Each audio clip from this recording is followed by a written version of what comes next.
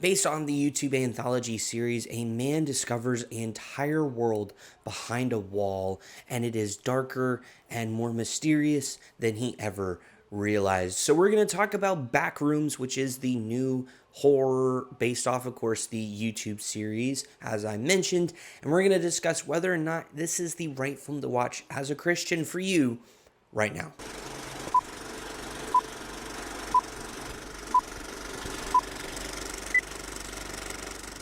Hey friends, welcome to the channel. I'm your host Tim, and we exist to help Christians live in the world, not of the world, by utilizing our convictions in the movies and shows we watch. Backrooms is rated R, so we're going to dive into 5 areas of convictions that may distract or hinder your relationship with Jesus, any theological themes present within the film, and wrap it up with my own personal thoughts on the Backrooms.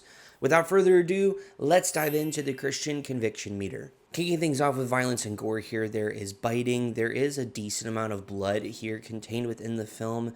At one point, we do see a bird whose chest is kind of torn apart a bit. It's not super crazy, but it still can be pretty eerie and a bit gross. At the same time as well, there is some just moments of using of like makeshift weapons and things of that sort within the film. There's lots of chasing. There even is a bunch of just deformed faces, humanoid creatures, things of that sort that is also part of the film. But more of that's towards the last category that we'll talk about there. But like I said, there is a bit of blood that is contained throughout the film, and we do hear some screaming because of biting to kind of a collarbone area, things of that sort. We are going to give it a 4 out of 5 in this category. It doesn't seem all that crazy up towards till the end of the film, where it starts to get a bit more intense in this category. Our next category is lust, and the most we see here is a character referencing rope tying as kind of kinky, and that's about it.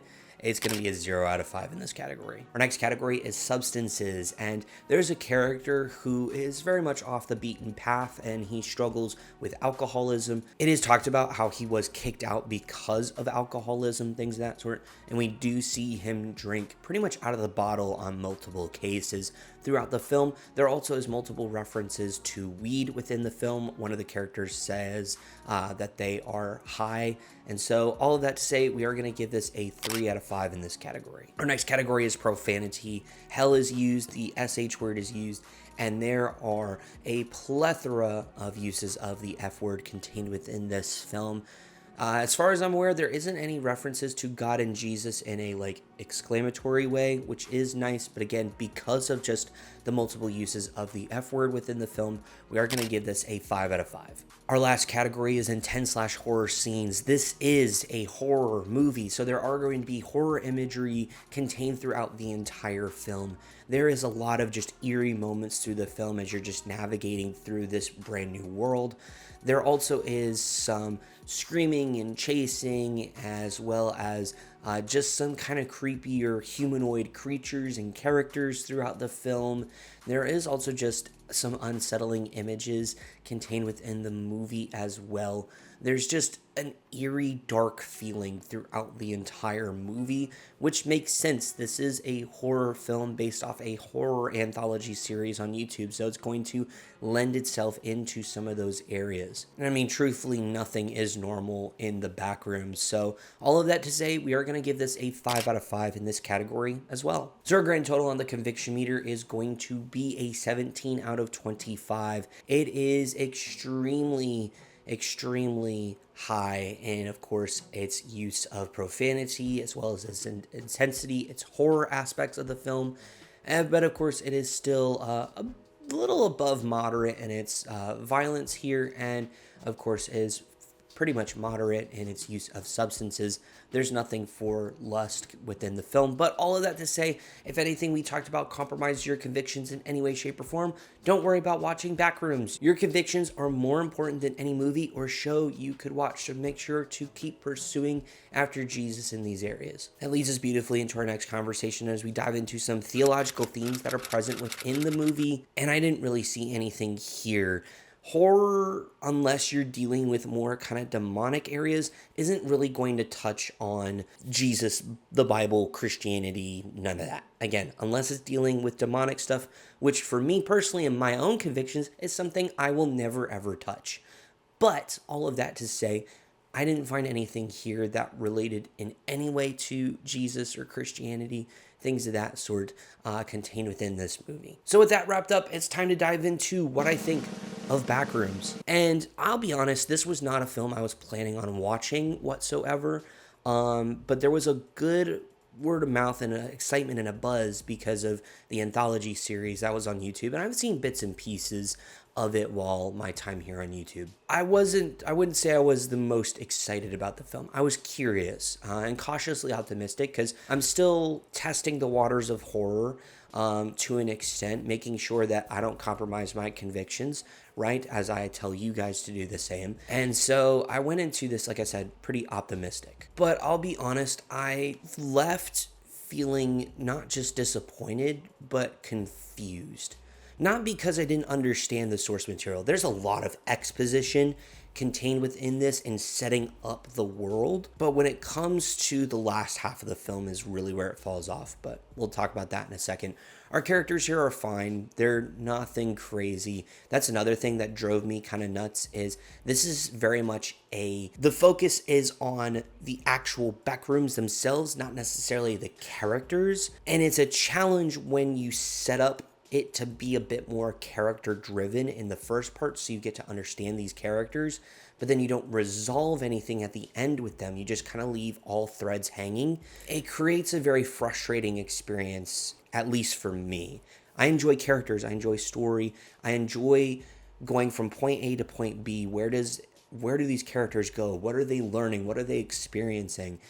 And when it doesn't feel like there's any answers there, that's where it just feels very flawed. Visually, this film is great. Like, there's a lot of really cool things they do in here. Some of the different camera shots, or also just some of the different ways they play around with the editing in this film. There's a whole thing about like VHS tapes within the movie because it is set in the 90s that I actually really dug. And visually, the way King Parsons is able to capture the backrooms and the eeriness of it is very well done. At the same time as well, I also just enjoy the amount of time we get to explore.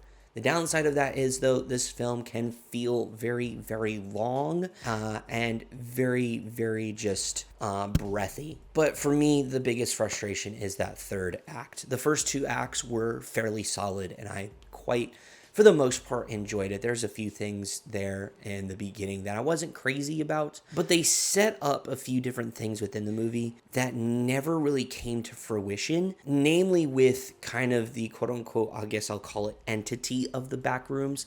They hinted at it a few times, and I thought maybe they'll showcase it a little bit, but they never did. And at the same time as well, just the change in some of the characters didn't really make sense because they set up the characters in one way and going about this sort of thing. But then the progression of it didn't flow all that well, at least for me. So that was a bit disappointing. But again, also just, I think, part of the confusion at the end, because you could take it and say, well, no, they didn't do this, or they did do that, or they were able to do this or do that. I'm keeping it vague for spoiler reasons. But I left feeling more confused on, okay, so what exactly did happen? What did we learn from it?